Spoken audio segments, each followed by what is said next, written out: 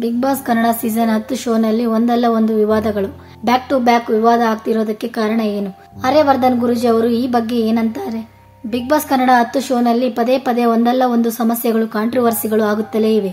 ಈ ಸೀಸನ್ ನಲ್ಲಿ ಹೆಚ್ಚು ವಿವಾದ ಆಗುತ್ತಿವೆ. ಈ ಬಗ್ಗೆ ಆರ್ಯವರ್ಧನ್ ಗುರೂಜಿ ಅವರು ಮಾಧ್ಯಮವೊಂದರಲ್ಲಿ ಪ್ರತಿಕ್ರಿಯೆ ನೀಡಿದ್ದಾರೆ. ಇಲ್ಲಿ ವಾಸ್ತು ತುಂಬಾ ವರ್ಕ್ ಆಗುತ್ತೆ. 8ನೇ ತಾರೀಕು 10ನೇ ಸೀಸನ್ ಆರಂಭಿಸಿದ್ದಾರೆ. ವಾಸ್ತು ನೆಗೆಟಿವ್ ಇರುತ್ತೆ, ಇದು ತಪ್ಪು. ನಾನು ತುಂಬಾ ಸ್ಟಡಿ ಮಾಡಿದ್ದು ಬಿಗ್ ಬಾಸ್ ಶೋನಲ್ಲಿ ವಾಸ್ತು ಸರಿ ಇಲ್ಲ ಅಂತ ಈ ಹಿಂದೆಯೂ ಹೇಳಿದ್ದೆ. ಬಿಗ್ ಬಾಸ್ ಮನೆಯಲ್ಲಿ ವಿದ್ಯುತ್ ಕಂಬಗಳು, ನೀರು, ರಸ್ತೆ ಯಾವುದೂ ಸರಿ ಇಲ್ಲ. ಇದು ಅತಿ ಹೆಚ್ಚು ಮಾರ್ಕೆಟ್ ಆದರೂ ನೆಮ್ಮದಿ ಇಲ್ಲ. ಬಿಗ್ ಬಾಸ್ ಈ ಬಾರಿ ಸರಿ ಇಲ್ಲ.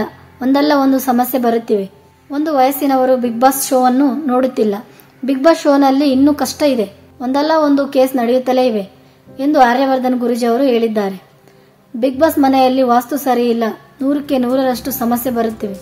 ಬಿಗ್ ಬಾಸ್ ಟ್ರೋಫಿ ಗೆದ್ದ ಮೇಲೂ ಗಲಾಟೆ ನಡೆಯುತ್ತದೆ. ಹಿಂದೆ ಬಿಗ್ ಬಾಸ್ ಆಂಧ್ರದಲ್ಲಿಯೂ ತೆಲುಗು ಬಿಗ್ ಬಾಸ್ ಶೋ ವಿಚಾರವಾಗಿ ಗಲಾಟೆ ಆಗಿದೆ. ಆಂಧ್ರದಲ್ಲಿ ರನ್ನರ್ ಆಫ್ ಆದವರ ಕಾರು ಒಡೆಯಲಾಗುತ್ತದೆ, ಹಾಗೆಯೇ ಕನ್ನಡದಲ್ಲಿಯೂ ಆಗುತ್ತದೆ ಎಂದು ಆರ್ಯವರ್ಧನ್ ಗುರೂಜಿ ಅವರು ಹೇಳಿದ್ದಾರೆ. ಬಿಗ್ ಬಾಸ್ ಮನೆಗೆ ಎಲ್ಲರೂ ಈ ಬಾರಿ ಪ್ಲಾನ್ ಮಾಡಿಕೊಂಡು ಹೋಗಿದ್ದಾರೆ. ಎಲ್ಲಾ ಸ್ಪರ್ಧಿಗಳು ಸಖತ್ತಾಗಿ ಹೊರಗಡೆ ಮಾರ್ಕೆಟಿಂಗ್ ಮಾಡುತ್ತಿದ್ದಾರೆ. ಈಗಲೇ ನಾವು ಫಿನಾಲೆಯಲ್ಲಿದ್ದೇವೆ ಅನ್ನೋ ತರ ಆಡ್ತಿದ್ದಾರೆ. ಈ ಹಿಂದೆ ಸೀಸನ್ಗಳಲ್ಲಿ 10-12 ವಾರ ಕಳೆದರೂ ಕೂಡ ಯಾರು ವಿಜೇತರು ಅಂತ ಹೇಳುವುದು ಕಷ್ಟ ಆಗುತ್ತಿತ್ತು.